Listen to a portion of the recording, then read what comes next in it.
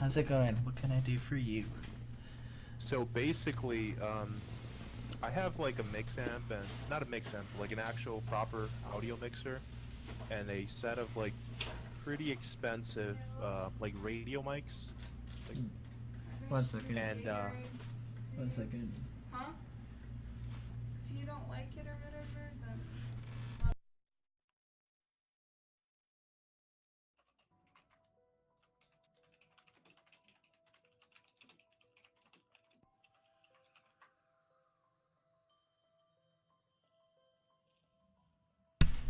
Alright, sorry about that. guys, can you guys hear me in the chat, or is my mic like muted or too low? If You you should guys be can hear fine. me in chat, type 1. Alright, let me keep playing.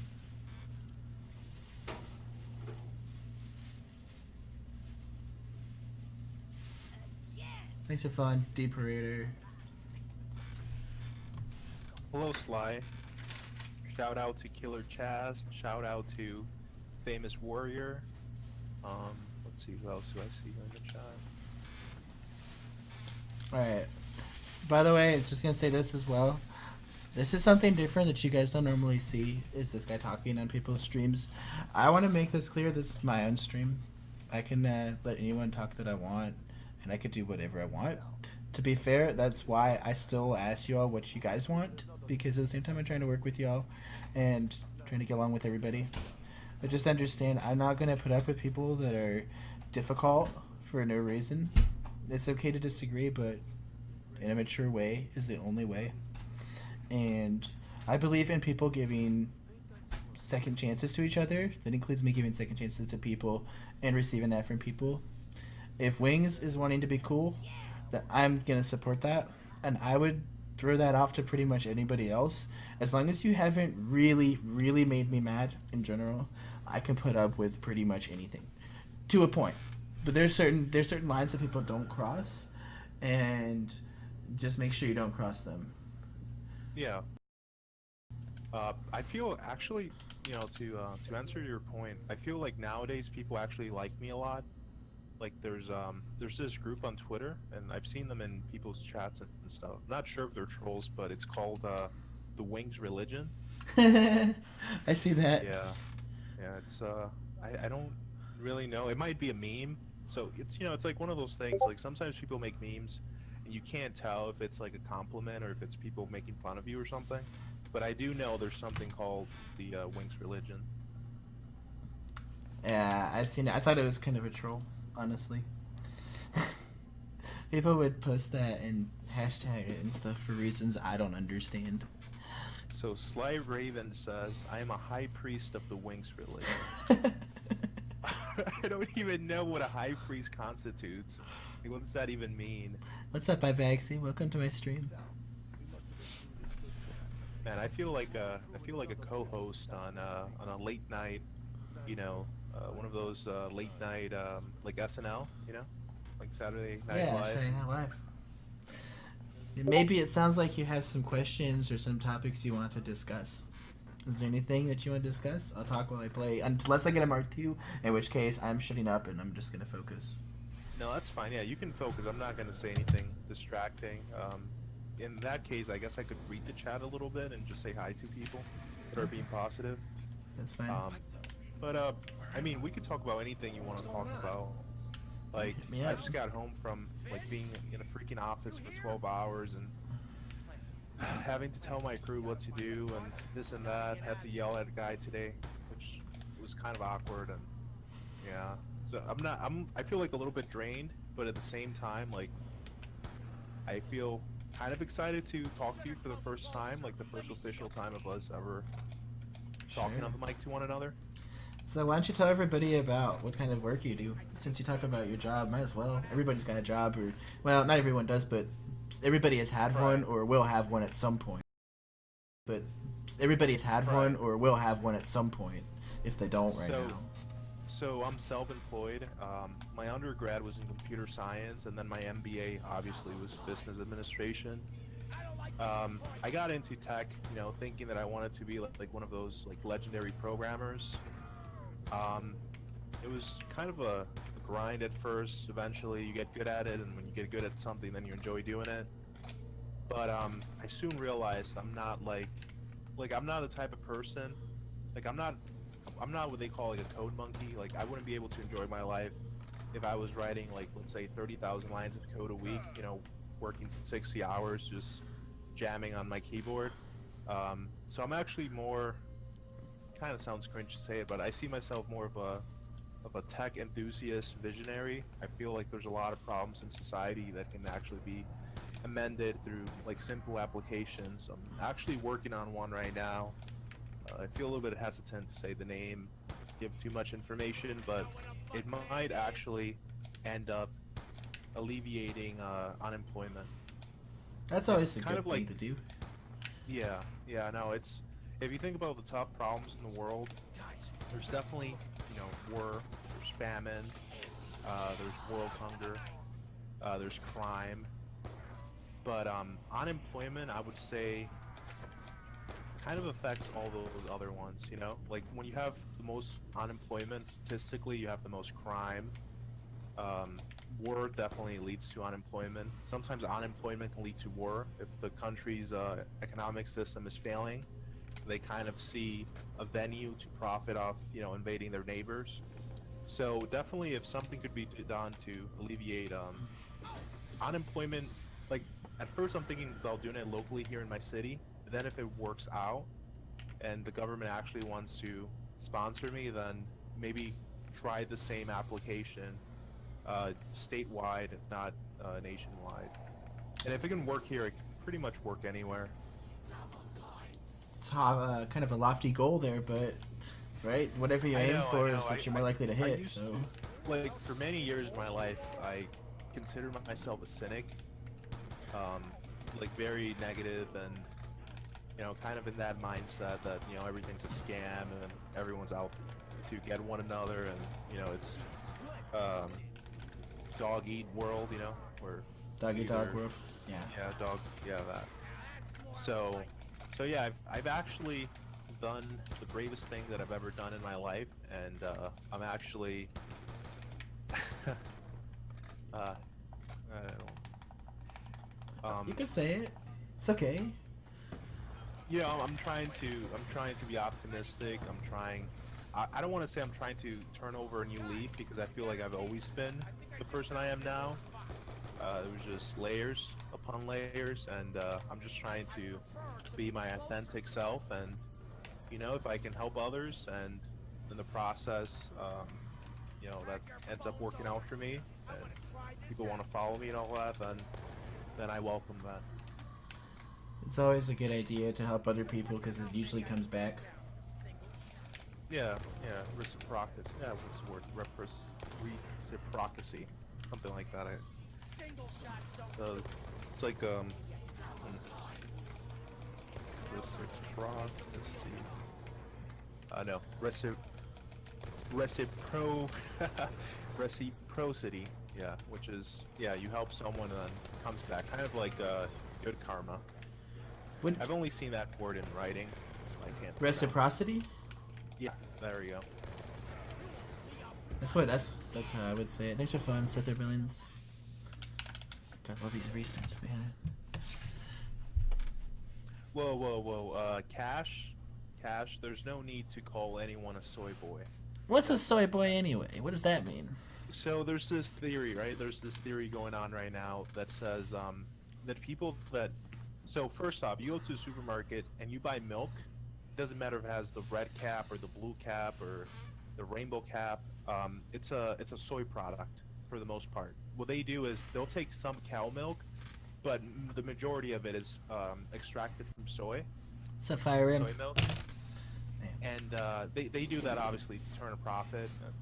Scientists used to say it was good for you, soy milk, but basically there's a lot of research being conducted and kind of shows in some experiments that it lowers your testosterone levels and your sperm count. So it's kind of like a meme online, calling someone a soy boy is like saying you're like a beta male or like a cock, or, you know, like one of those offensive alt-right types of words. I feel like soy boy started on it had to start on 4chan. You know, it's just such a ridiculous thing to say that, you know, it has to be It's like, I guess like the new cuck. Okay, so being a patient and relaxed person makes you a soy boy? Cool. I guess I would want to be a soy boy then.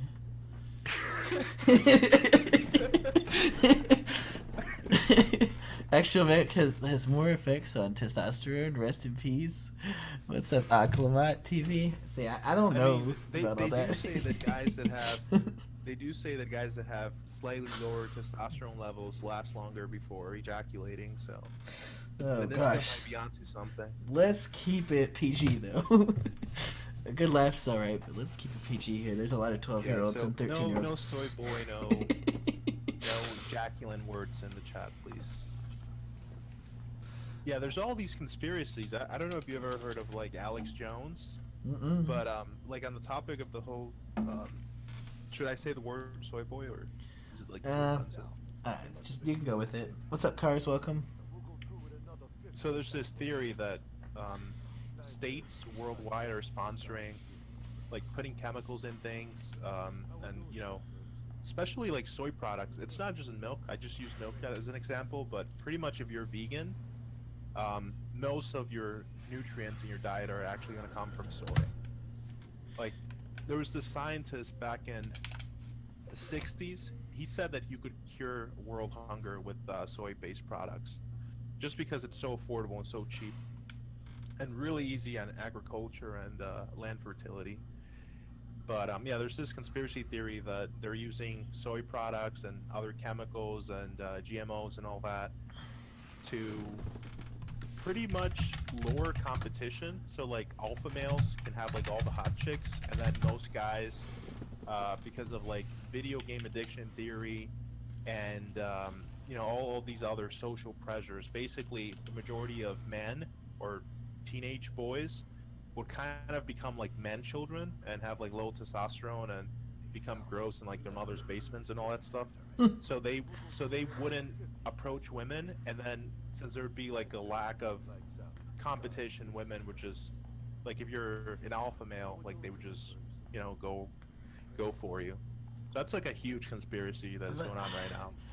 Okay, but people that think that it's got to be smoking something, because you got to realize, like, what, only like 5% or less of the world really has access to video games like that. Well, in the developed world, it's more like 70. In the developed world, but the developed world is not even the majority.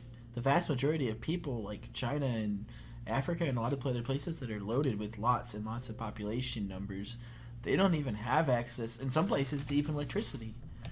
Well, to be fair, in the next 10 years, it's predicted that China and India, they're going to be first world countries. China is almost already a first world country, and India is the closest thing to a first world country's like compared to all the other countries worldwide. Oh yeah, they're pretty well educated, and they send people abroad for that and come back to their place a lot. They have some of the best doctors and everything. They're definitely doing stuff in India that I think the rest of the world could learn from. Even the lead CEO of Google is from India.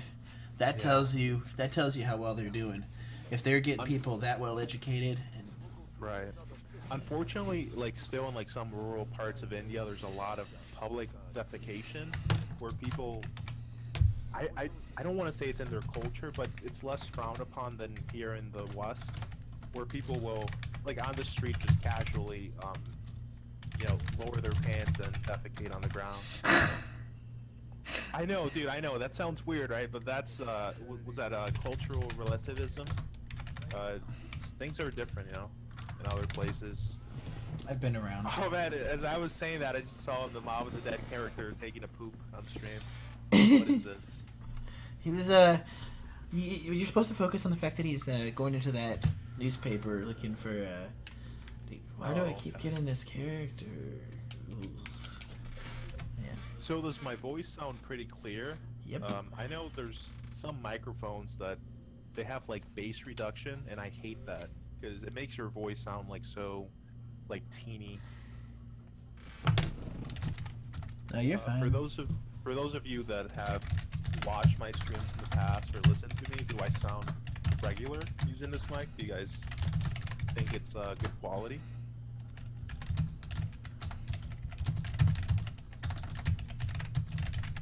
good for me. Can't talk because of everyone else, but it's fine for me. I can hear you fine. You can just turn off the character sound. If you turn off the character sound, you can't hear the zombies. And I'm a guy who needs my audio crutch and to be able to hear them, so I don't get smacked in the back.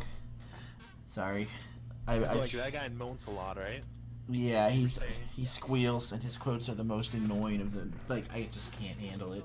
If you're gonna play a long game, which is what happens if you're successful in getting through the speedrun part of the map, then you're gonna be grinding, 100 hours or so, and you're gonna hear the same quotes so many times you can't count. And when your character goes every time he gets smacked, I just can't take it, man. Like, and all these other sounds. It's just like he sounds like he's getting. I'm just literally mimicking what I hear, dude. He literally sounds like he's getting, really, really pained. Yeah, it's definitely not a good kind of touch he's experiencing. I don't know. Do you think it has to do with like the Easter egg? They made him more of a comic character for certain steps in the Easter egg, or do you think it was just bad writing? No, it wasn't bad writing. Dude, it's Joe Pantoliano. Like, if you ever seen him, like, the movies that he's in, like The Matrix and stuff, dude, he's always got that kind of high-pitched, kind of squeaky kind of character. They cast him on purpose. They wanted that squeaky, high-pitched tone, like, mischievous kind of guy. Obviously, he did a fine job with his role, man. He's all that. He matches the character great. I just can't take the squeals. It's just not my style. That kind of reminds me somewhat the way I am on Black Ops 1. Like, I'll restart, and if I get Takio, and I see his hands with all those gross bandages on them, I'll restart. I hate playing as Takio in Black Ops 1. It's just, like, you don't want to be looking at those bandages for 60, 70 hours, you know what I mean? Like, you want to have Rich Toppin that has, the really nice gloves in Black Ops 1, or, like, you want Nikolai, or... The best one, obviously, is Dempsey, because he doesn't wear anything on his hands on Black Ops 1. So... But yeah, I understand what you mean. Like, there's always definitely preference towards some of the assemble characters. They pick them for a good reason. I don't mind actually the gloves or whatever. I don't really care about that. I do like gloves, but the bandages and stuff, I can actually let that go. But it's the audio thing. I listen so much. Like when I play multiplayer, it's the same thing. When I play zombies, it's the same thing. I'm always very in tune with the audio side of things to hear what's going on around me. And of course, you can't turn off the character's voice if you want to hear the zombies. And to me, that's really important. I need to know where I'm getting swiped at from, or if there's zombies coming up from behind. Really helpful too at the end of the round when you're looking for the last zombie and you hear the grunts. Otherwise, you're going to be looking around for a really long time trying to find him. Interesting. Yeah, it helps. And that's why I gotta have a character that I can afford to listen to without going insane for an extended period of time, and Weasel's not that. I think that's the only character I can't handle. I think I can handle all the other ones in zombies, but that one I can't handle him. Yeah. It's really annoying when trying to play a co-op in this game because it forces you on Mob of the Dead to play with Weasel every time, because for you to complete the Easter egg, there has to be Weasel. It's either him or everyone else wins. So there always has to be a Weasel in the game if there's more than one player, and I can't handle it. It's really annoying. Don, what do you say? You can call me Dahniska or Don. Don. Oh, Don. I prefer Dahniska, but... Dahniska. Yeah, because Don can be... Well, I guess how you spell it, it can either be a feminine or masculine name. Like D-O-N, Don, like that's a masculine name. It's supposed to be just Dahniska, but... Dahniska. Or it was supposed to be Diska, actually, but, You said one time it means, like, spirit of the wind? Son of the something wind. like that? Mm-hmm. What does it mean? Son of the wind? Uh-huh. That's like, very, like, hippie-ish. I know during that time period... Yeah, seriously, like, they named a lot of their children... like either Indian names or like spiritual names, Native American names. Too bad Weasel has the best luck. Yeah, he does. But I don't like his luck if I have to have my ears blasted. It's actually not hippie or anything. It's from another language. Like, I figured I just didn't want to make a generic username, so I pulled it from another language. It's a word in a language? It's a combination of words, and I don't think the spelling is accurate, but it's the correct sound. Oh, it's definitely unique, and you don't have any numbers or underscores or any of that in your name, so that's good. Somebody took my original username on Xbox Live, somebody from Japan, and it actually irked me. I said, Oh, "What? wow. How do you do that?" And then Wheelio took my username and copied that on PlayStation and kept the account and said he would sell it to me. And I said, "No, you can keep it. I'll find another way to write it." That's crazy. I like your stream overlay. You used to have like a pretty bad one. Hey, Like this one. Well, I mean, like this one's definitely more professional. I like it. It's a little bit big, but it's really nice. And I guess you could always resize it if you wanted to. Mhm. I like that the time, you know, matches and bottom same color, everything. It's cool. yeah. Cool vibes. Cool Somebody vibes. came up with that on their own. Stormy just made that and sent it over. It's like, okay, I'll take it. Lucas set A up friend made it. Just wanted to test out Photoshop or something. It's like, okay. Oh, well, that's if that was their first attempt, that's really good. It's very good. I'm very pleased, and everybody's saying nice things about it. Yeah, it looks like an actual professional overlay. That's cool. Is there anything else you'd like to talk about? We can talk about anything, man. I don't want to dominate the conversation too much. Like any topic is cool with me. Anybody in the Pretty chat? much anything. Anybody in the chat have a topic you want to talk about? Are you like? Oh, they're asking about conspiracy theories. I should have never even opened that topic. It's fair discussion. I don't care. 9/11. Do you think it was the government? You know. That's kind of controversial. There's some kids that actually lost their parents to that. You know. Well, they're not kids anymore. They're our age, but still. I've heard some people give explanations that the buildings wouldn't have collapsed just from the planes. The way that they collapsed didn't make there's sense. The whole Tower 7 thing. There's the Tower 7 thing. There's the phrase, what is it? Airplane. What is it? Airplane oil doesn't melt steel beams, which I mean that's actual pretty factual. Yeah, there's a lot of things that kind of make you. But what you have to realize about the 9/11 attacks is that like, that's not really something you can control in a controlled environment.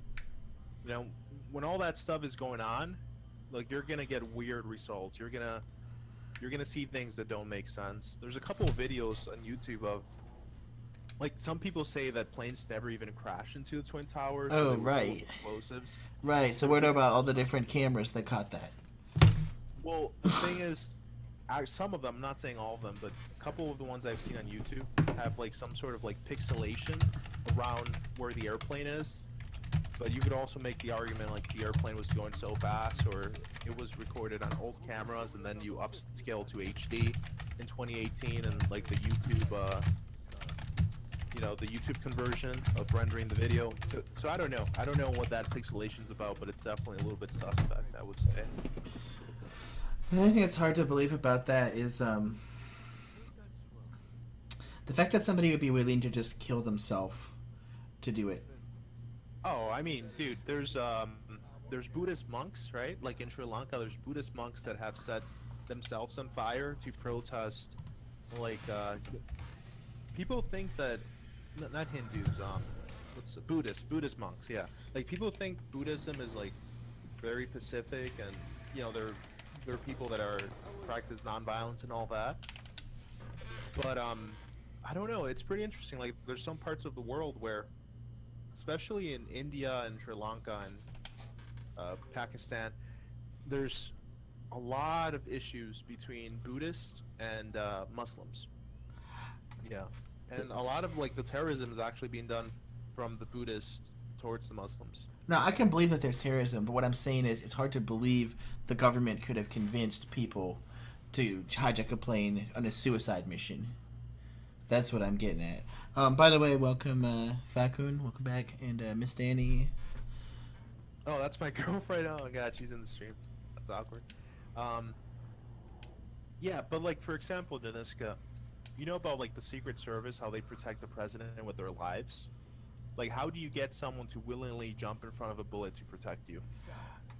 I get that, but But no, But, I mean, but that's this like is an actual killing question. people, though. Right, but that's like I'm actually asking you like an actual question. Do you know the answer to that? Like how you get someone to be willing to jump in front of a bullet for you? They have to believe that it's really, really important. They would have to really think that you're worth so much that they would do anything. The most common people that would do something like that are people that are crazy in love. They're the ones who'd be most willing to do actions like that. That's a small part of it, but actually There's an also side of duty as well, but that turns into moral and ethical and stuff reasons. Right. And these restarts are so annoying. But like, let's say I'm the president of the United States or any nation state, and you're, one of my top security officers. What ends up happening is if you die protecting me, your family, like your immediate family, will receive like $5 million. Like, there's actually a contract for that, and not even like dying. Like, if you get hurt, like you're gonna get a huge settlement. You're gonna get some sort of reward.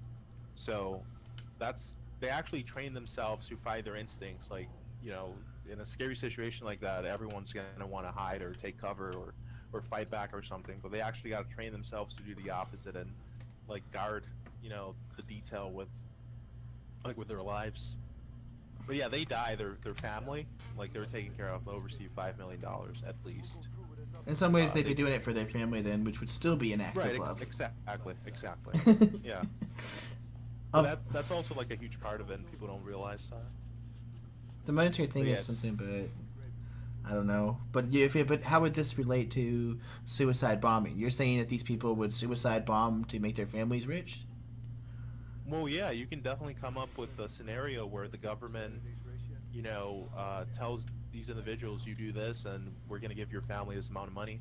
If there's people in dire, desperate situations, they'll definitely accept that, for sure.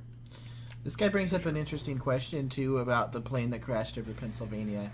I do remember a little bit of this. In fact, I remember the day that happened, and hearing now on the radio about that. Like the Pentagon one that got shot down? Yes. No, it didn't actually get shot down. If I remember correctly, according to the tapes that they uncovered, the passengers rioted against it and overcharged the cockpit.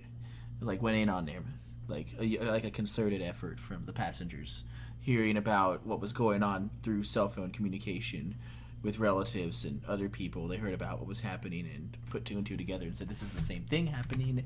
Let's not let this happen. So they organized a concerted effort to stop it, and that's where the tape or whatever kind of information I comes think in. out of respect for people that actually lost people that were close to them and like the Twin Tower stuff, kind of want to change up the topic of conversation a little bit. Like, there's people even in the zombies community, like Kira NL. Kira NL has actually posted pictures on Instagram and Twitter of his dad's remains. His dad worked in the Twin Towers, That's and really unfortunate. the only thing that was left of him was his wallet, his keys, and I think like a pen or something. So after they, after they dug people's remains out of, out of the Twin Towers debris, they actually gave a lot of the family members, like, it's pretty much like a plastic bag, and it has like the person's belongings that they were able to find if there wasn't really much left of the person. So I'm sure there's a lot of other people out there kind of like that. So it's a touchy subject, and Dahniskas, personally, man, I feel like the most reasonable thing a person can be about like certain things that are uncertain is agnostic. Like, I'm agnostic about a lot of things. You ask me, like, was the Twin Towers an inside job? I would say I don't know. Like, I don't have a strong position whether it was or wasn't, but I can definitely tell you that you could create good arguments for both sides. Oh yeah, there's a lack of evidence. Well, there's a lack of publicly known evidence to really explain it. Buenas noches, amigo. Hasta mañana. Otra vez. And there's a lot of things like that. Like, intellectually, I know the Earth is round, right? But I don't know, dude. Like, have you dug deep into like flat Earth and all that? I've poked around into it, but it doesn't really make sense, and there's too much evidence saying the Earth is round for me to be able to disagree with it. There's too many people that have gone one way or another around the Earth in different directions, that Yeah, talk but about they've it. actually said that those people that circumnavigated the Earth, they actually just went in a circle. Like they didn't go around; they kind of just literally went in a circle in the water, but like a big circle. I don't know. It's complicated. Like I feel like the Earth is not round or flat. I feel like it's kind of your perception of it. Like we're so small compared to the giant scale of the Earth. Like we're little ants. Like ants are able to, you know, crawl up walls and everything. And to them, everything's flat. You know. But what Like about? from our point of view, I think it's flat. But I feel like, yeah, if you definitely traveled But even really, if really you fly far up away in from the air, Earth, dude, you can see the curve. If you've ever been on no, a plane, no, you actually can't. I've been on plane 4 or 5 times, and the horizon just looks like a straight line. have you ever been to the top of a tall building like the Sears Tower? Because I went to The the horizon just looks like a straight line. not to me. I've seen an actual curve in it, and I've also seen that in the many plane flights I've taken throughout my life. There is definitely a curve. There's a reason that people that go up higher can see further, and it's always in a circular kind of range that they can see. I mean, you can make arguments like boats disappearing in the horizon, but the horizon is actually a straight, flat line. And that's just because we're so close to the Earth. See, I can't I know, like, agree I used with to, that. I used to think the same thing, like, because instinctually, like, intellectually, you want to say that you can see the curve, but actually you cannot see the curve. And so, what about satellites and views of the Earth from space? All right, so you know, like, the international, what is it called? The International Space Station. Mhm. Right. So from the International Space Station, when they look at the Earth, they don't see outer space because it's so close to the Earth that when they look out the window, it still looks like a flat line. Um, You actually have to be like way, way, way out there in space. We're talking about like you have to be like 3 moons away to even see like the curvature of the Earth, if that's even a real thing. I just feel like there'd be a. And what about what about the astrology signs? And what about the sun and the Earth, like and the sun Wait, rising and setting? astrology, Like Aquarius, Cancer, and all that stuff. I'm talking about like the constellations that are visible, that move or have different locations depending upon the time of year and stuff like that. Well, yeah, for thousands of years, people people studied the sky, especially at night. There was no light pollution like there is now in major cities, and they were able to record patterns and then pass those patterns down generations. I mean, they were able to predict comets, comets that would show up like once every 300 years in the sky. But that's literally because there was nothing else to do, so people just recorded all these patterns. So the patterns are real and they're predictable. But what about the moon and sun?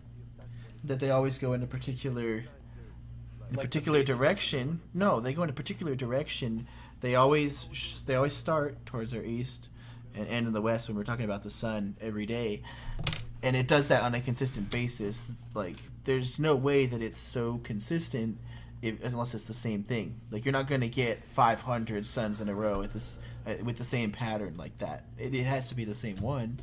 Well, And just to clarify one thing before people get confused and I get memed so freaking hard on Twitter. I am not a flat earther, right? What Okay. I'm doing is I'm playing devil's advocate. What I'm doing is I'm playing devil's advocate and I'm representing the information that that I've heard and that I've seen and that I've read. So about the shape of the Earth, honestly, I'm agnostic. I don't know for sure. Like intellectually, I feel that it's round, but that's just because that's what I was taught in school, and anything scientific, it's gonna point in that direction. But that could just be state propaganda, to be honest. So intellectually, I feel the Earth is round. I would say I definitely feel the Earth is round more than my belief that it might be a different shape or flat or like the hollow Earth or any of that other stuff. But yeah, like, so you're talking about the pattern of the sun, and you're talking about like lunar eclipses and the phases of the moon, just patterns, what they call celestial patterns, or just patterns in the sky. have you ever whatever you wanna been call it. in a lunar or solar eclipse? Yeah, I can explain that. So what they have is they have different models. They have different models to represent the same information. So you have, you have the model of, like the Earth being round, the Moon being round, all that, right? and you can predict things using that model. But like the flat earthers have their own models, and you still get the same results because you just recalibrate the data.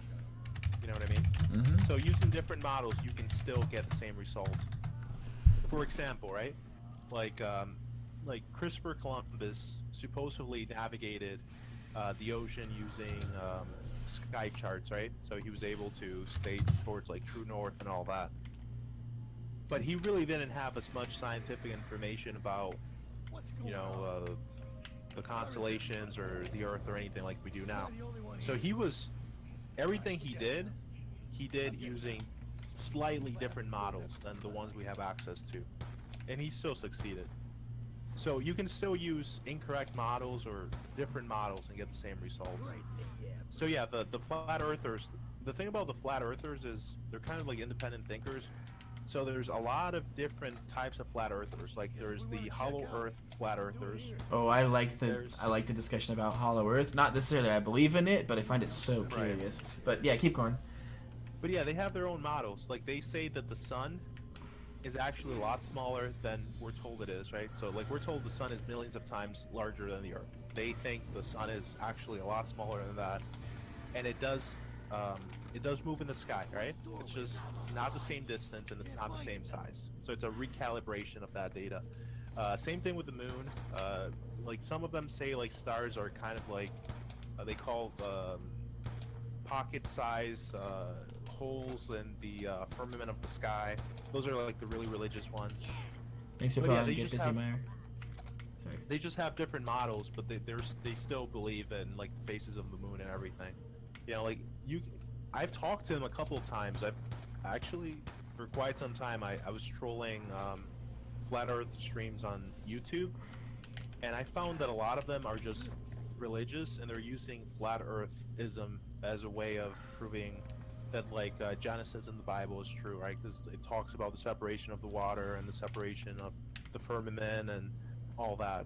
So, I don't believe that flat Earth and the Bible are at all related, at all. Oh no, they are. Like they are. The majority of flat earthers are devout Christians, and the only reason they think the Earth is flat is because they believe that's what the Bible kind of points towards. I don't think the Bible teaches that. I read all that many times, and I never thought that. Right, because you have information from 2018 or you know whatever year it was. Okay. By the way, slight change of topic. Since we're gonna talk about some other stuff, what about topics that I think are more interesting? Like, what are your thoughts about the pyramids of Giza? The pyramids are really interesting, man. Like, there's the ones that have 4 sides. There's the ones that have 3 sides. You know, a lot of the South American pyramids. Ziggurats. There's a lot of variation. Yeah, there's the ziggurats. Like ziggurats, I find extremely interesting. Like especially like ancient Babylonia. Yes. Like, their entire city was built on just like a huge ziggurat. Like that's ridiculous. South America's got a lot of those too. The Mayans in particular are really well known for having a lot of ziggurats. I feel like it's a primordial shape that just like there's something very basic in what it is to be human, where you can have different groups of people and that have no direct communication, that are separated by time and also by space, that they're not able to pass information from one to another, but because it's like a primordial thing that has to do with humanity, you kind of get similar results in opposite hemispheres. That's what I would say about pyramids. Yeah, but for example, right, like I don't know if you looked into like the history of music, but like flutes, like certain musical instruments, people have actually evolved them, right, without ever like one group inspiring the other group. Like the flute independently was created in parts of Africa and parts of South America and other places, and it was by groups of people that never ever communicated with one another. Have you have you heard about the this gets into some really interesting stuff, but there's been statues found in I want to say it's in the Caribbean, that are statues of ancient Easter Island. Egypt stuff. No, ancient Egypt statues in the Caribbean.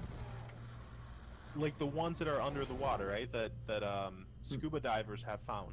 No, I would have to go and No? do some research, but somebody actually found one that was sunk there in it with a ship. An ancient Egyptian statue all the way over in the Caribbean. I also heard something really interesting. I don't know if it's true or not, but apparently there was some people have rumors that there was an underground cave system or whatever found in the Americas over actually the Grand Canyon area that had some ancient There was a Egyptian cave stuff in system. there. There was a cave system, more like a Don't tunnel know what's up system with that, though. under Niagara Falls. It's still there. Like they actually dug tunnels underneath Niagara Falls.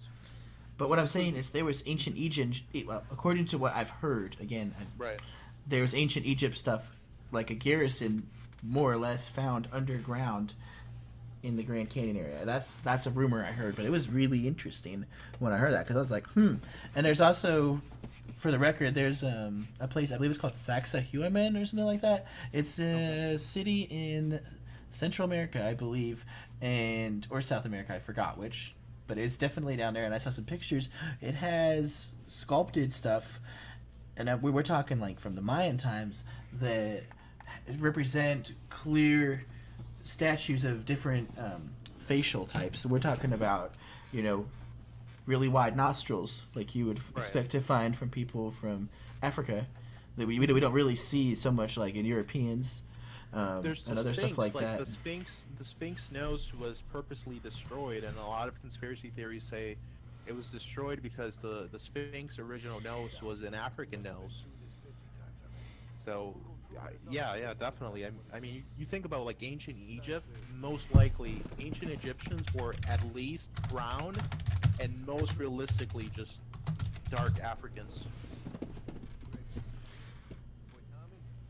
Because that was before like Alexandria, right? Like when Alexandria happened, like the Roman Empire stretched so far and wide that it actually started communicating with Egypt, and then you had their different cultures, diffusing into one another. But before that, it's very doubtful there were any Europeans anywhere near Egypt. What about the idea of ancient flight? Have you done any research on that? Oh yeah, even with like Da Vinci's sketches, there's what some people refer to as a sketch of like a helicopter system. What about Vimanas? Have you heard about those? Vimanas? Vimanas. What's that? They are referenced a lot in ancient Vedas from India, older than the Bible, in which The Vedas, like the Bhagavad Gita. I don't know the names of all of them because it's been so many years since I did my research, but I had to write a paper on it when I was in high school, and they were... So there's basically... I read some different materials from people that went into the subject more, and they basically said that there's instructions on how to create flying machines.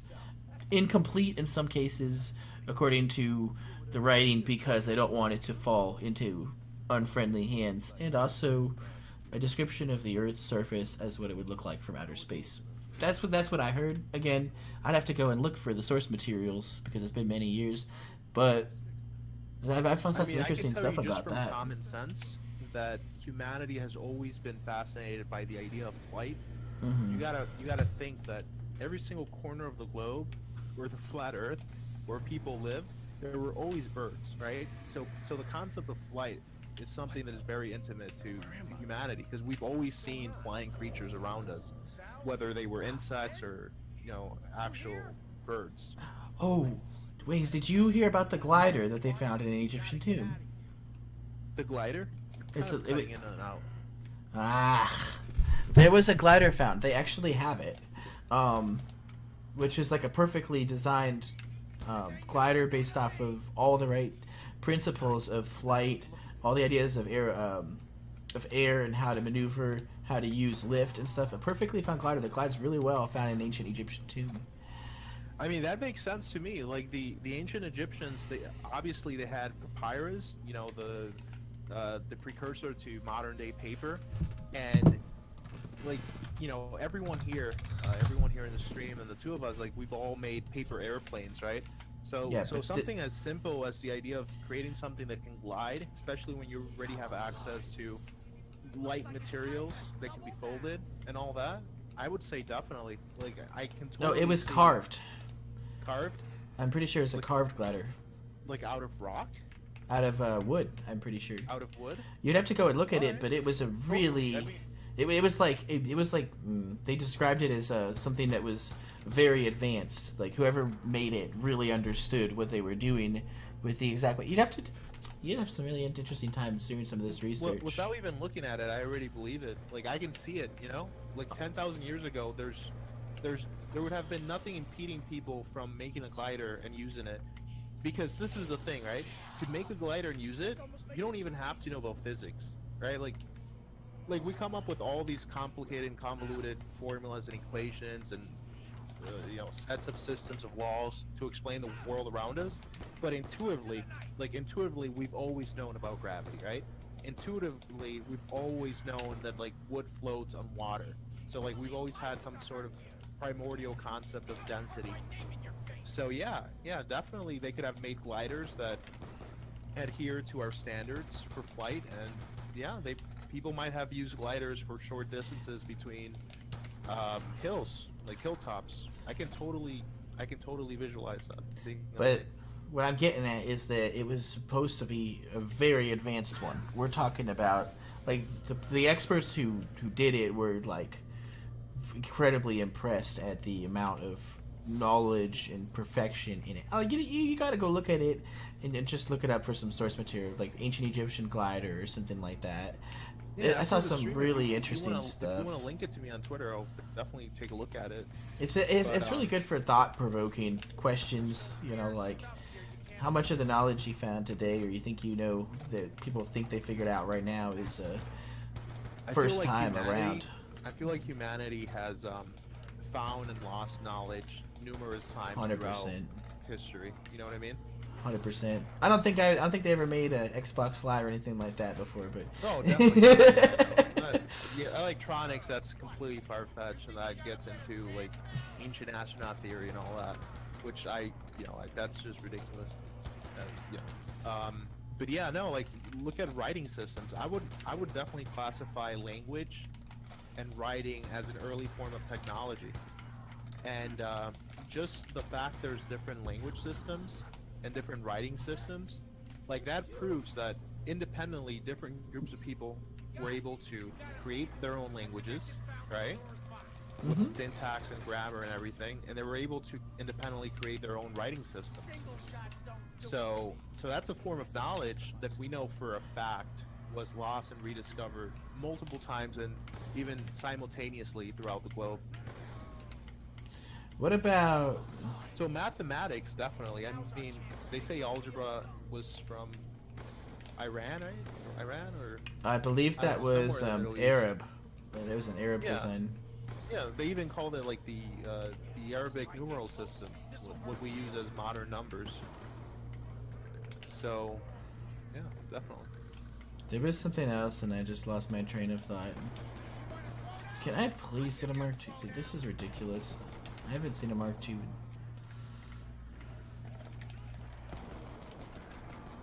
And I just saw it before the box. Fuck off. Oh, please check this out. Nazca lines. Have you heard about What those? is it called? I'm gonna write in the chat. That is something you can actually see without any doubt. Really interesting. Check that out. That's really thought-provoking. Oh, this is like what's that other thing? Why twisting shit into it being like a spooky thing? The guy you're talking about looks like a Birdman. Hey man, we're having some good conversation here. Just for a little I would bit. say this is definitely all human-made. Like, I'm looking at the Google images for Nazca lines. This is no different than I can't remember the phrase right now, but Those are viewed from the air. crop circles. Yeah, but they're all viewable from the air, from like several hundred feet up. Only Right. you can only see them like that from several hundred feet up, and they were made Right, but- thousands of years ago. what I'm saying is it's essentially crop circles, but through a different medium. So instead of aliens or in actuality people mowing crop circles, in farms, like these people are doing it in the desert on rocks, like. But for what? I don't. People like to troll, man. Like trolling by the word trolling, like that's fairly modern, but people have been trolling since ever, Right, but why would you draw something if nobody can see? If you're in a dark room, what's the point of a painting? And how would you even be able to, like, justify making a painting in a room where everyone is blind or there's no light? I mean, there's blind painters. Right. But I see your point. Like, they're making these lines, but you can't see them unless you're in the air. And we're talking big lines, like almost like crop circles, but nobody can see them. Lines, well, I'm confused. You're saying these lines are ancient? Yes. They're in a particular valley in, I forgot what it's called. It's a valley in Chile where it has not rained in thousands of years. There's a mountain range there, I believe, that keeps precipitation from happening because none of the precipitation makes it over that mountain range. I'm pretty sure, you'd have to double check all this, but this stuff has been there for a really long time. Like this spider one, this spider Nazca line looks exactly like the Spider-Man symbol. Like this monkey looks like what all little kids draw monkeys as and see them in like cartoon books. This bird over here looks like one of those legendary Pokemons from like the original series. I don't know, they seem very modern, you know what I mean? Like they're not symbols, recent. so. You take a look at it, it's been there for as long as people can remember. I mean, you could have definitely seen some of these from hills far away, or even if they built tall structures, you might have been able to see most of it. So if it is ancient, which I don't really know, I can say if I think they're ancient or if they're modern. I'm leaning more towards modern, but if they were ancient, they could have seen them without planes, just build a tall structure far away or from a hill or mountain site. Totally see them. Do a little bit of research, Wings. Do a little bit of research into them. It's so curious. But it's exactly like crop circles, just in a different medium. Like it's the same concept. I guess, but again, what's the point of them if you can't see them without being up in the air? Right. But that's assuming they were made like 10,000 They were. years ago. They were. I don't know about 10,000, but they've been there for a fucking long time. Way longer than the Wright brothers.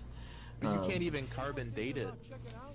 No, they've been there etched into the sand. Well, not to the sand. They use rocks or whatever to do it, but they've been there since. Really I would like to look at how they were able to date these sites. That would be like the first step. From local legends to start with and stuff. People have lived there, but yeah. Have you done research into like folklore? A little bit. Let's see. This conversation is keeping me awake. It's at 5 a.m. So let's carry on. Yeah, man. I mean, this is how I pass the time when I'm playing zombies. It's really nice to have something to think about. If nobody's here, I'll talk by myself about random shit. Like, so I mean, you guys are getting a little bit of fresh air, just some discussion. It's not a bad thing. I mean, you're not gonna get it every night. You're not gonna get this every day, and there's this guy that I guess is a mod. Well, I don't guess, he has a sword. He says, talk about the Wings religion. Oh, that's Reflex Gaming. Oh yeah, he changed his name. Yep. I don't really know what to say about the Wings religion. I don't know that much about it. Ironically enough. Kappa. Is the reason you always restart the game and you don't restart the level? I'm just trying something different. I tried doing restart the level a bunch of times, and I'm just trying something different. My game has really fast loading times because I have a solid state drive. It's really, really good fast loading time, so might as well take advantage. If your Xbox is older and you have an Xbox style hard drive, you might take a lot longer to restart the game, so it might not work out so well. Well, Vipsy Vipsy, since you obviously know more about the Wings religion than me, maybe you can explain to me if it's a meme, if it's... Ooh, I just got mobbed. Okay, sorry. Is it a meme? Is it a joke? Is it like an actual, like, mini community within the larger community? Like, what is the Wings religion? Like, does it even have to do with my name? Not sure. It's not a joke. Dahniska, but just to ask you a question. Like, obviously, I'm not as well versed on Maw of the Dead as you are. I only played the map co-op. I had the world record for a couple months on PlayStation 3 with Pumpkin Spice. But what? Like, couldn't you have just not?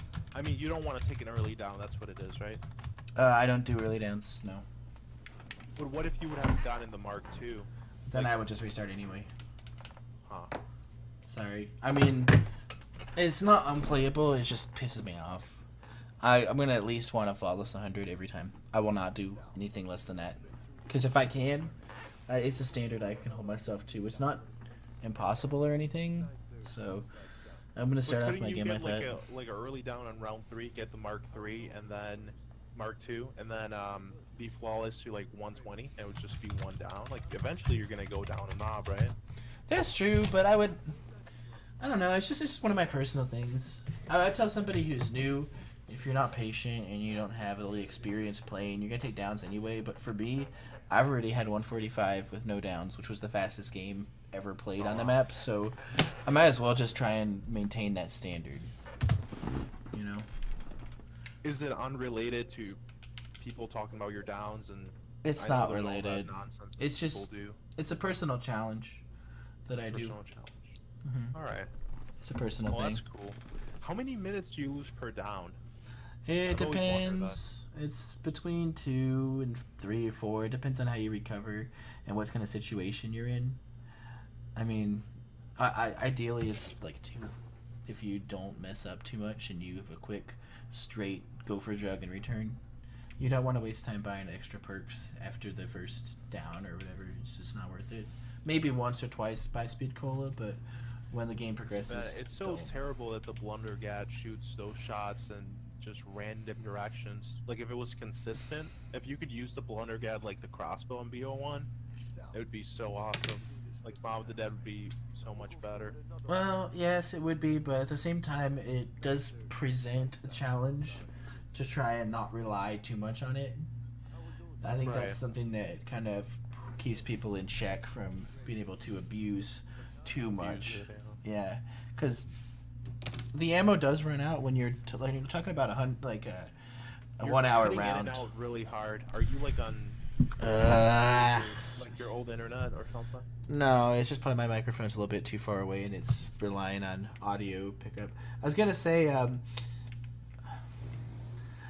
the Blundergat itself has a lot of ammo, so if it worked perfectly, you have a lot of ammo, a lot of shots. It does run low when you're talking hour-long rounds, but yeah. I mean, if the electric cherry problem didn't exist either, then it would make it even easier. It's not ridiculously easy, but the thing that keeps it from being that too easy is the fact that you can take downs because the weapon's bad, and then you can't have electric cherry if you don't want to. Dude, who is this guy in this emote? Like, Vegas put a Kappa face, but then Galaxy and Vipsy put...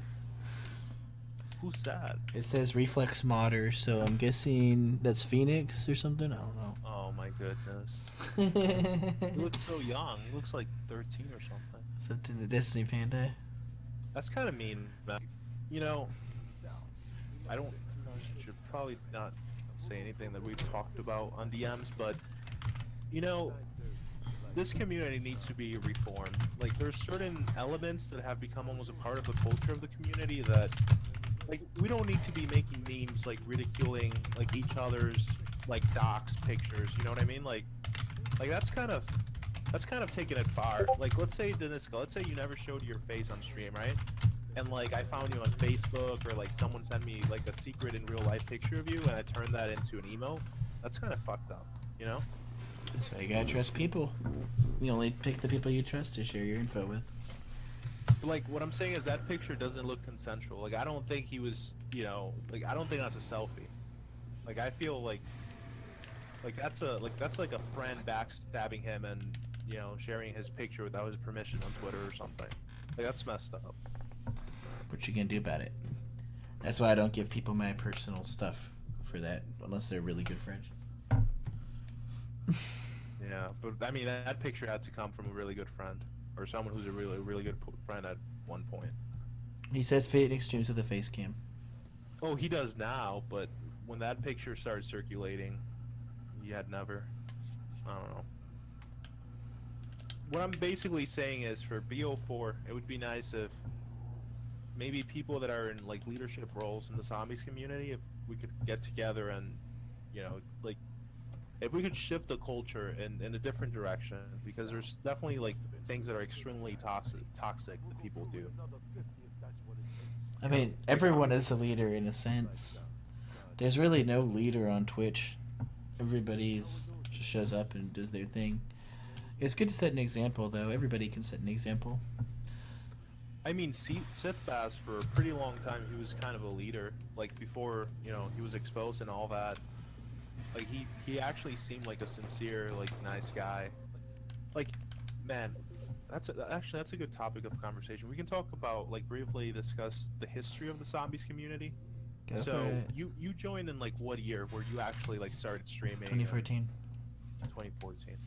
So I've been around since I think 2010, and the history of the zombies community is actually so fascinating.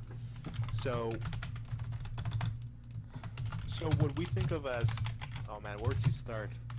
I'm getting so excited just even thinking about this. I feel like super nerdy right now. All right, so I'm gonna start red pilling people right now. True or false? I'm gonna ask you guys true or false questions. Let's do it that way.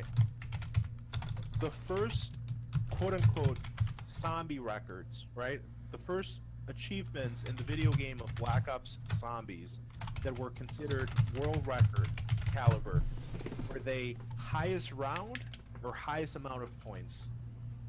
Can you guys answer that question in the chat? What do you guys think came first? What did people compete for first? The highest round or the highest amount of points?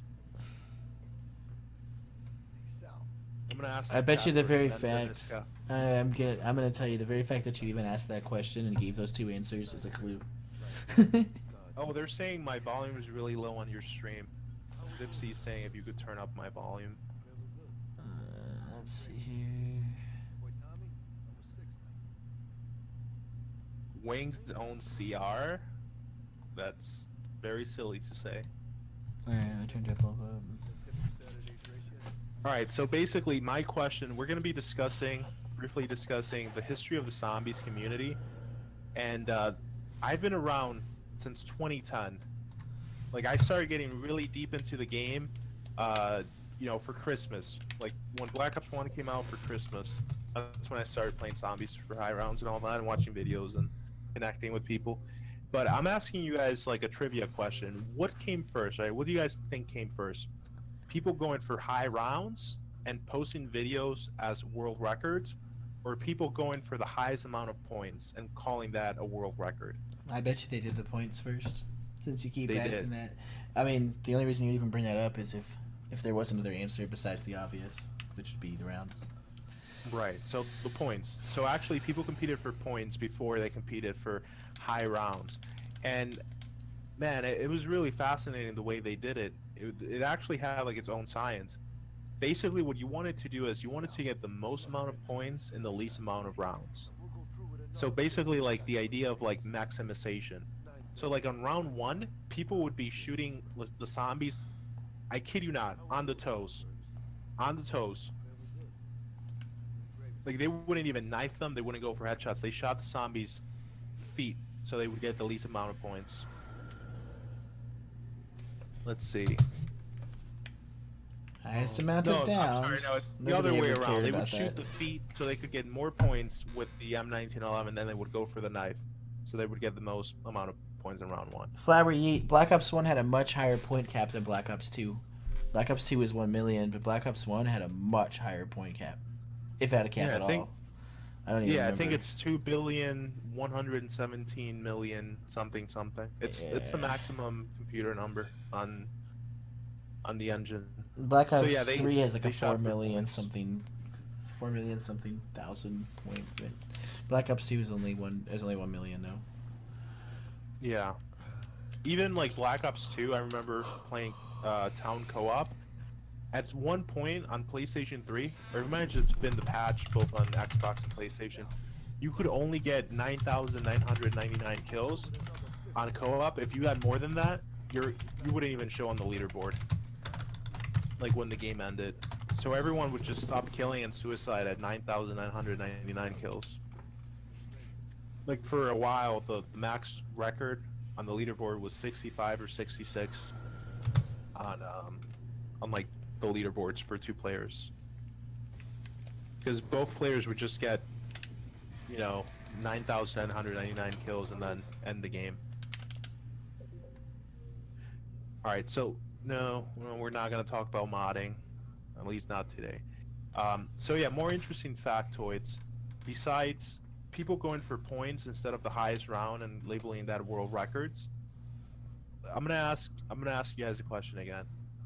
So, why do you guys think that solo world records occurred first on Xbox 360 and not PlayStation 3? My assumption would be because most players that were actually serious about the game were going to Xbox, partly because of DLC deals, and partly because it was a considered better console. I could be wrong though. No. Way simpler than that. The really hardcore players started on PS3. Like even the website, even Zombie Records, it was created by a PlayStation 3 player named Sith Bass. So the PlayStation 3 community was more obsessed about actual like records than Xbox guys. It wasn't the superior system. People didn't even know which system was better. Like people were arguing and getting into like real life shootings over what was better, PS3 or Xbox 360 in those days. Like now we know like the Xbox had more RAM and all that, but back then people didn't know. So the actual reason why solo world records evolved on Xbox before they evolved on PlayStation 3 was because of a little thing called the party chat. Xbox Live had party chat, but PlayStation 3 you could only get in something called groups. Oh man, this guy's typing the N-word in chat. Come on, Galaxy. If you don't want to be banned, then chill. Because you can get banned. Like, let's not talk. Like, why is this guy even? Why are you okay? First off, why are you trying to get on my nerves? Because I know that's what you're trying to do. You're not succeeding, but I'm just wondering why you want to. And then second, why are you using that kind of language? Dahniskas, there's a lot of like misconceptions about the game where you got the 88 downs, right? Like people think it was like your world record game, but it wasn't. It was just like some throwaway game that you played, one of many, right? Yeah. And it was really early on, years ago. Yes, my actual 222 had less downs than Cameron Neal's 223.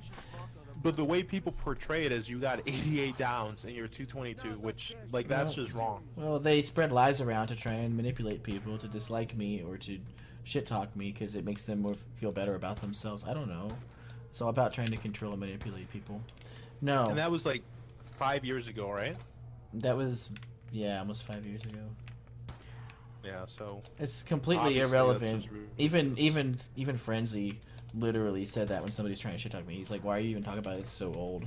And not to mention, nobody ever saw the gameplay for that, and it's not really relevant, to be honest. Like, how many people talk about when they first started? You know, how much they struggled getting around 10 or around 20.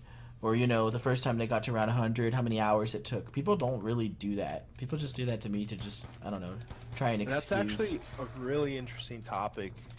Like, you probably didn't intend it as such, but that's a really good topic.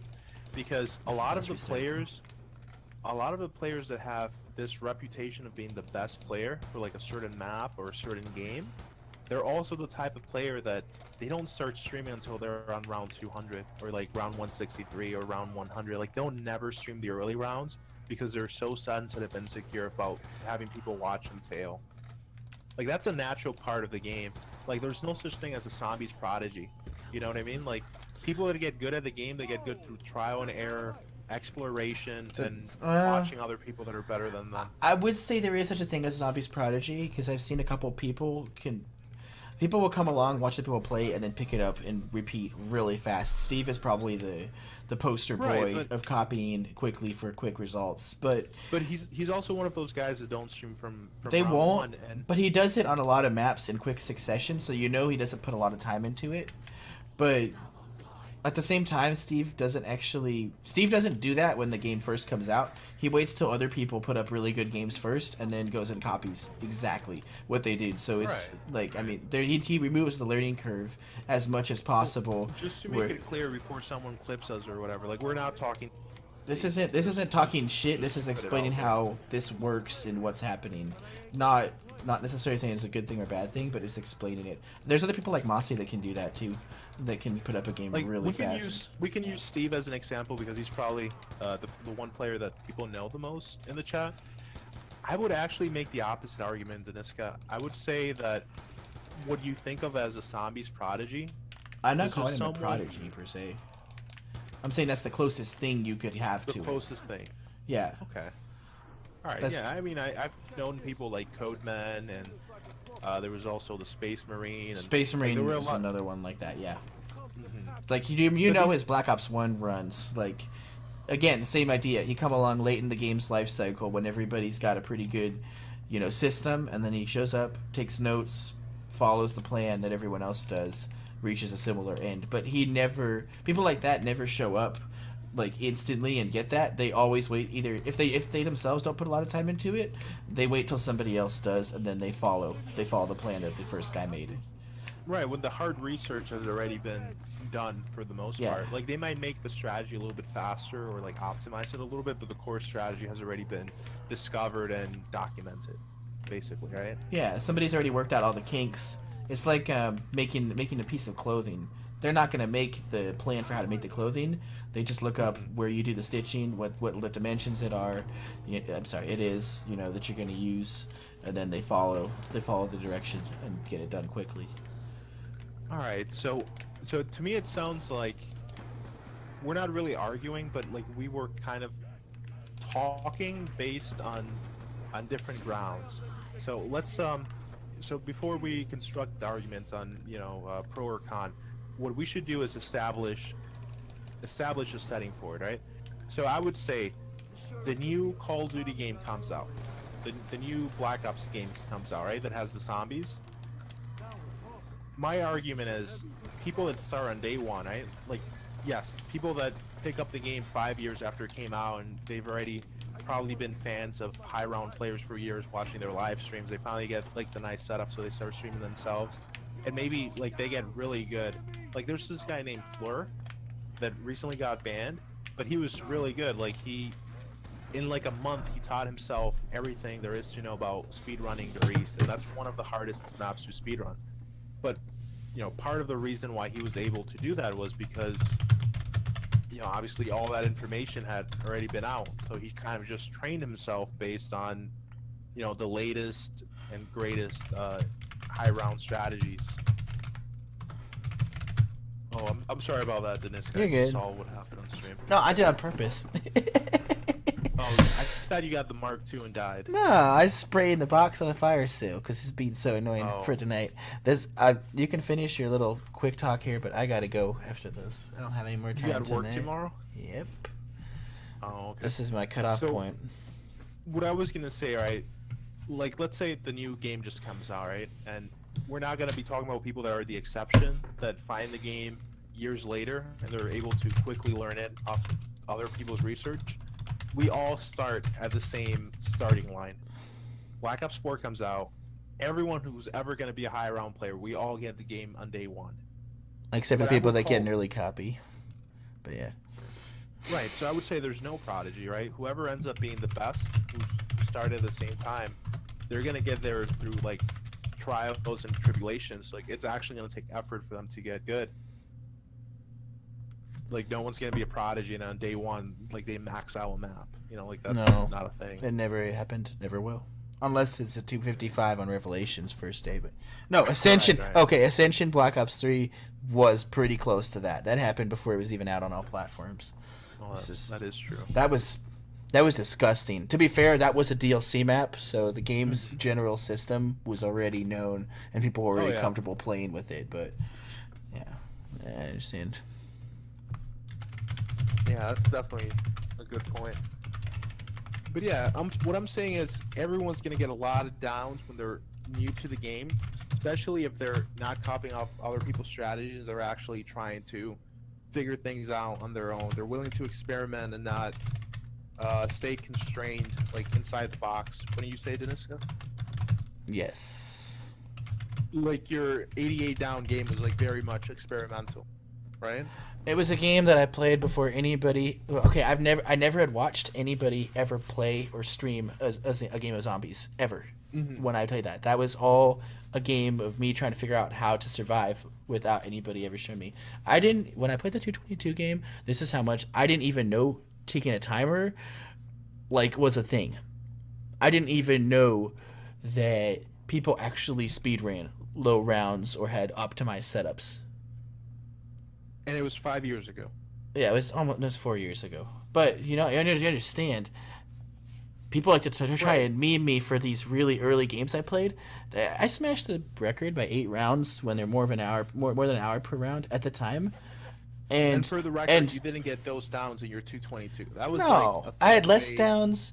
And I've only been beaten by really good reset time with a slightly improved version of the strategy I ran. And with a more optimized setup round, because I didn't even camp double tap room in that game, which is part of how you save time. Like, I literally played a bad game from a technical speedrunning perspective, and it's only barely been beat. Literally by, like, early into the next round to this day. This is just a suggestion. You don't have to do it, but I feel like a really good idea would be to just go in the past broadcast and just highlight, like, these 5 minutes of us talking about the 88 downs. And like anytime someone types 88 in chat, like it just links the video. So because access to information causes so many issues, man, not just in video game communities, but in real life. I feel like this whole thing is just lack of access to accurate information. Not just that, but also it's also not even lack of access to good information. It's actually people purposely spreading false information to try and sway people against me because they don't like. So you think it's maliciously done, and people that are actually like pretty known in the community, they're spreading just. Phoenix is like the poster boy of that kind of bullshit. Wow. Oh, I'd also say this too about that. Why would Phoenix even attack you about that? Like, he doesn't even play BO2, right? Because he got mad at me because I called out Nuker. I didn't really call him out, but he was claiming the fastest times for 100 on Shadows of Evil, and he didn't have a timer displayed. And I said, well, how are you claiming the fastest time without a timer? And Phoenix took that very personally. Oh, wow. Just another thing I would say about that, too. I've tried telling people this before. People that don't play Mob of the Dead, when you talk about downs like it's a bad thing, you do realize that every time somebody downs, they have to recover. Not many people can take it down and successfully recover so many times because you have to space them out because you can only get one afterlife per round, and you need that. And you have to successfully recover every single time and get back on your feet. And that's hard. You double down, right? Yeah, you cannot afford double downs, triple downs, quad downs. If you have those stacking up in a short period of time, you will die. So for you to be able to survive and to get a certain number of downs, you have to make progressively improving plays throughout the game because you have to decrease the time. You have to increase the time between downs on a consistent level as the rounds go longer and longer. You have to be making consistent improvements to reducing your down as the game goes on. Like, cause you have, wait, but you said quad downs? I thought there's only 3 afterlives. You could take you can only have 3, so that's having 3 quick revives, basically. You can go down 4 times. Yeah, you can go down in 1 round from having 3 afterlife if you quad down. You could be flawless to that round. I'm sure that's happened. Yes, you could. So in some ways, it's the easiest map, but it's the hardest map in terms of revives. Both. It's not. Well, it's a different kind of skill. Because how many times are you going to recover on a map with 3 quick revives? Now, on the topic of mob, then I wanted to ask you something in terms of downs, like if it's true or false, right? So I've heard some people say that sometimes playing fast requires taking more downs than someone who's playing safer but with fewer downs. Is that true or false? Repeat the question. Sometimes I've heard people say that if you're gonna play fast, sometimes you're gonna take more downs, but you're gonna play faster than people that play safer and have fewer downs. To a True or point. false? It's to a point. Certain people play so careful to avoid going down that they waste extra time trying to They'll avoid lose the hours, downs. yeah. But if you play too risky and stuff, you will also take too much time from taking the downs. You have to play risky, but get away with it. Like you have to know how to take your risks, how to push your limits, how to not get stuck in the situation, but run through there, so you can turn the trap on ASAP, that kind of thing, as opposed to doing extra loops to avoid going down. So it's like riding a line. You have to be able to push yourself through tough spots really quickly and successfully, so you don't lose time. But if you place, like, you might lose time if you make a mistake, but you're guaranteed to lose time if you go all the way around or redo the whole situation from the beginning. Like, does that make sense? There you have to take a risk where it's a calculated risk. If you know you're going to go down, then you back up so you don't have the guaranteed down. But if there's a chance, then you can slip through your tight spot or whatever. And if you make it, then you save time. Like, it's a hard thing to do. And this guy's saying that it's stupid. That's what I'm saying. If you ever play the map, you'll come to an understanding, because it is actually hard to actually find somebody who can take a lot of downs and not die, because you can only make so many mistakes, and you have to earn back that over consistent playing. It gets harder and harder. I'm somebody who has a lot of experience, so I know that. And if you talk to anybody who plays the map or whoever got a really high round on it, they will understand and they will not disagree, because you have to successfully recover. When you have the zombies swarming you, and especially if you don't have other people to watch to teach you how to make a recovery, all it takes is 2 slaps and you take another down. Interesting. Would you say for, like, the quote unquote Black Ops 1 gangsters, would you say that, if they really think 88 downs is a lot, especially It is a being lot. to the map and the game? Yeah, but not by today's standards, not then. Oh, back then it was still a lot, but it's still, you have to focus not on the game's stats, but what was accomplished. The game is a bad game from a competitive standard, yes. Just like having a slow time. Players on the leaderboards that played co-op, and they had like 79 downs, 83 downs, 92 downs, and these were guys that got co-op world records. Oh yeah. Like the standards were just different. But no, seriously, on that topic, wouldn't you just tell them, like, if they think they can? Because I feel like a lot of these guys, they feel like if they wanted to, they could max out Mob of the Dead flawlessly with 0 downs. Like, wouldn't you tell them if they really feel that way, they should try it? And they should stream every minute of it instead of, starting the stream on round like 150. Remember, how well are you going to do if you never had anybody to watch? And that's something that nobody really can compete with me on this, because everyone who comes here to talk to me or to tell me that I'm not doing well has my gameplay to watch or someone else's gameplay to watch to compare it to.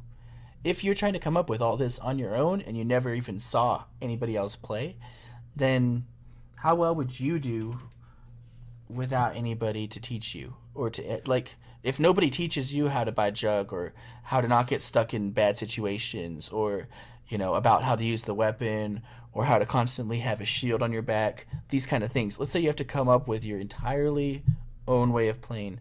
How well are you going to do? It's nobody here. Mod, so I would ban this guy, Galaxy guy. Like, this has gone way past trolling. Like, that's just ridiculous. Like, he's actually spamming crap in the chat. All right. Thank you.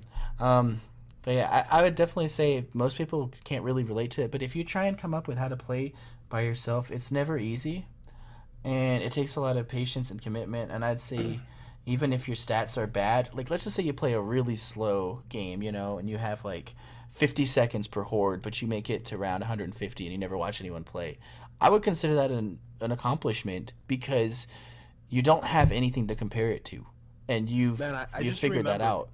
When Mob first came out on PS3, before people even found out about, like, the Blue Tomahawk, like, I was playing co-op with, let's see, back then it was definitely Hampton Kid, and we were even like using the blades, like the spinning blades. The You know what I fan mean? trap. Like the other trap. Yeah, yeah. This was before the blue tomahawk was even a thing. Like we were trying to get high rounds by using the other trap, the one you have to crawl underneath. So I totally get what you're saying.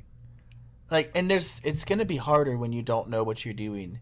Like, you it's like complaining about the people that played, I don't know, Shadows of Evil, like when it came out, and calling them really slow or bad before anybody knew about 5 and 5 strat, or how to enter areas with the train, to block off spawns or this or that. When you're trying to come up with something on your own, there's going to be more trial and error. There's going to be more mistakes. It's going to be less perfect, and especially if you don't have other people to learn from, it's a harder learning curve. All the old strats and games for the first, like all Black Ops 3, pretty much, with a couple exceptions, like Shadows of Evil, people were first doing running around in the underground area. That was really slow. It's like 20 something seconds per horde versus the 5 and 5 strat, which is like 12 seconds per horde. You're talking about, people resetting on 220, like 70 hours to that point, when later on in the game's life, I was coming along and I was there with almost half the game time, or less than half the game time, but that doesn't mean that they played an awful game. They just didn't know how to play a really good one because they didn't have all that research, all that data, all that stuff to go with. I mean, Der Eisendrock, the strat that they run now, they're camping at the HVK, and using gravity spikes like intermittently with dead wire spam and electric cherry to stop the zombies from overrunning them. Back when we were playing the first map, you were playing that map too. Remember the other places people were camping, like the rocket test site? That's a lot slower. Yeah. The tower, little tower there where the bow stuff is at, that's a lot slower. I mean, people running trains inside of the church area, that's a lot slower. I think the fastest spot is behind the gate, right? Like have the gate open, they don't spawn on the other but side. Nobody was entering that area that way. They were all coming from using that door, to get in there, and leaving the other one closed. I mean, so like all the old games are going to look really bad as far as time and stuff. Now there's a 255. Back in the day, even the best people were having their 70 hours ending in the 220s or 213 or whatever. Yeah, those games are going to be bad in retrospect because people didn't have all this stuff to compare it to. Those are the first two maps. I mean, CNS, okay, I made my strat with the Skull Room, which is the go-to strat now. Yeah, but when I first did it, I mean, the shield was getting broken by Widow's Wine grenades. People weren't really so aware of Electric Cherry and how to use it, aware of the spawns. I mean, I took a ton of downs the first time I was doing it because I just wanted a quick 200. I wasn't worried about stats or anything. So the games that came along afterwards, they're going to be way better, because they're people that literally went through that map. Literally, I've seen diagrams where people draw where all the spawns are in that room, so how to get through the spawns without getting stuck. When I didn't have that and I was just getting a feel for it, I'm like, oh shit, something spawned out of the ground, I gotta zap it or whatever. So the standards have definitely changed. They always do, and it always goes up. Fair. It's not fair, and you cannot call somebody who just started going for high rounds and who got there but with bad stats or bad game time or a bunch of downs or whatever. You can't really call them bad for starting when they got a lot better later on. That's like talking about shit about people that, like Quick 925, he was one of the first guys who really got comfortable with Widow's Wine in Black Ops 3, and he played like a really good game. Like, he was unheard of, and he played a really good game, and he got his Shadows of Evil 70 hour on like 219 or something, like. And that's pretty slow by today's standards, but at the time he was way ahead of everybody else.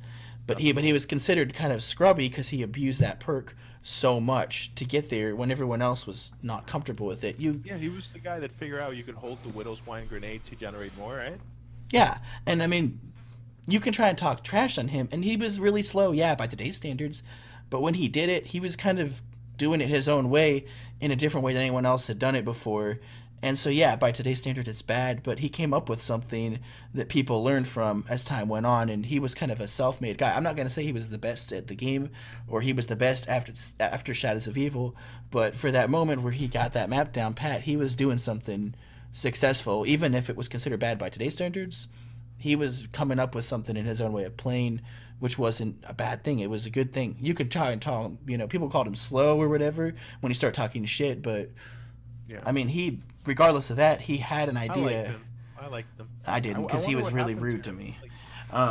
He disappeared or something, or changed his name. No, he just stopped coming to zombies. But I mean, you're just talking about a couple maps. Scored Crovey, and that doesn't play the same anymore either, though not many options for strats there. Revelations, I mean, that one didn't really need much to go without me because it was really easy. But Yeah. but the point remains, things are going to get better. Standards are always going to improve. People that are always talking about your first games, when the game this is like me literally trying to meme Quick every time I saw him from now on and being like, you're slow because your first game you played on Shadows of Evil, you reset on 220 or whatever. Yeah, so it's basically stupid and dumb to even talk about your 88 downs. Like that's It's not relevant. I mean, not relevant. the people that are smart would give me props for that, for having come up with that on my own and literally walked into the zombies community and immediately got like a 200 out of nowhere when there were only 2 other people that had that. I would give you props for being able to finish the game without game overing with that amount of downs. It means every time you fell, you got to back up. You know what I mean? But when I actually played, you persevered. But when I actually played after that, I had like a 210 with power out, and then we had the 222 game, which was a good game by today's standards. Because I And would that's say there's definitely 4 years not that later. many people that can get 88 downs and reset. You know what I mean? Like I didn't if actually someone- reset that 88 down game. I actually died that No? one. No, but that was my first 200. But that's beside the point. The point isn't. It was amazing that I got that far, considering I didn't really have all that experience to go with. But Right, that's what I'm saying. Like a lot of people game over when they have like 5 downs. What does that say? And- What does that say if you game over when you have 5 downs? that you don't know how to recover. Exactly. And that's a part of that map. And like I said, every map is different. And I mean, like, this is like talking shit to people about Buried. I mean, I'm not gonna say Buried is, in my opinion, a really good map or a really skill based one, but it takes a different skill to play that map, where you have to be really good with your buildables. You have to have really quick reaction to not get stuck, because that's all you got going. Like I'm saying, a lot of people don't really understand what it takes to go into that and to make something out of it, especially when you're not coming into a really solid way to play it based off of a lot of people's previous experience, to watch videos, to learn from, set up guides. Honestly, dude, So we're if, good. like if you don't want to like link a video in the chat, kind of to answer that whole 88 down thing, like you don't have to. Like that's ridiculous. Like I wouldn't say you have to, but you could blacklist like 88, or you I don't blacklist care. down. But I feel like it detracts from the stream. Every time like a hater comes in here and just brings up the 88 downs, even though you're not really bothered by it, kind of elicits a reaction. Maybe not in you, but in the rest of the chat. Like it just takes away. It's just a really toxic thing that I feel people do on purpose. Then I can Like, ban them. There's no one innocently asking about your 88 downs. Like that's another thing. Like no one comes here and says, "Oh, Dahniskas, aren't you that guy that got 88 downs and still got a high round?" Like they always ask in like a really malicious way, Oh, yeah. like trying to hurt your reputation for no reason. Well, they can't ruin my reputation. I mean, I have my other games, and something I really liked about Shadows of Evil, which is part of the reason I actually put up my gameplay for that, is that really shuts down the people that say that I could only get a high round with Afterlife on Mob of the Dead. No, I can play other maps too. It's just there's really not that much variety for high rounds in Black Ops 2. No, there really isn't. So many error maps too. It's literally Buried and Mob of the Dead, and please, I just can't be bothered to play Buried that much. So. Anyway, it's good. Yeah. It's a good conversation. I appreciate the good vibes. Some really good stuff to talk about. Appreciate everybody who sat here in the stream for the past couple hours for the conversation and the dialogue, the discussion, the restarts where I just could not get a Mark II. Nothing And I I can do want to about say that. thank you for giving me the opportunity, not just from you, Dahniskas, but from the chat, the people in the chat that said, please have Wings of Oblivion, on the call. Like, thank you guys. And maybe we'll talk again. And it was a pleasure being here and an honor. So have a good night, everyone. Yes, thanks to everybody who was not toxic and was able to just hear him out. We're going to keep that kind of vibe going forward into Black Ops 4. So anybody who's chill is welcome here, and people that are toxic can find another home. And most of us that are here are pretty cool, so let's just keep being like that. And again, I'm sorry that I couldn't get a game going tonight, but that's the RNG. But there's another night for that, and maybe we'll find that soon. All right, guys, thanks for that. That's it. I'm gonna drop it out, and I'll catch you all later.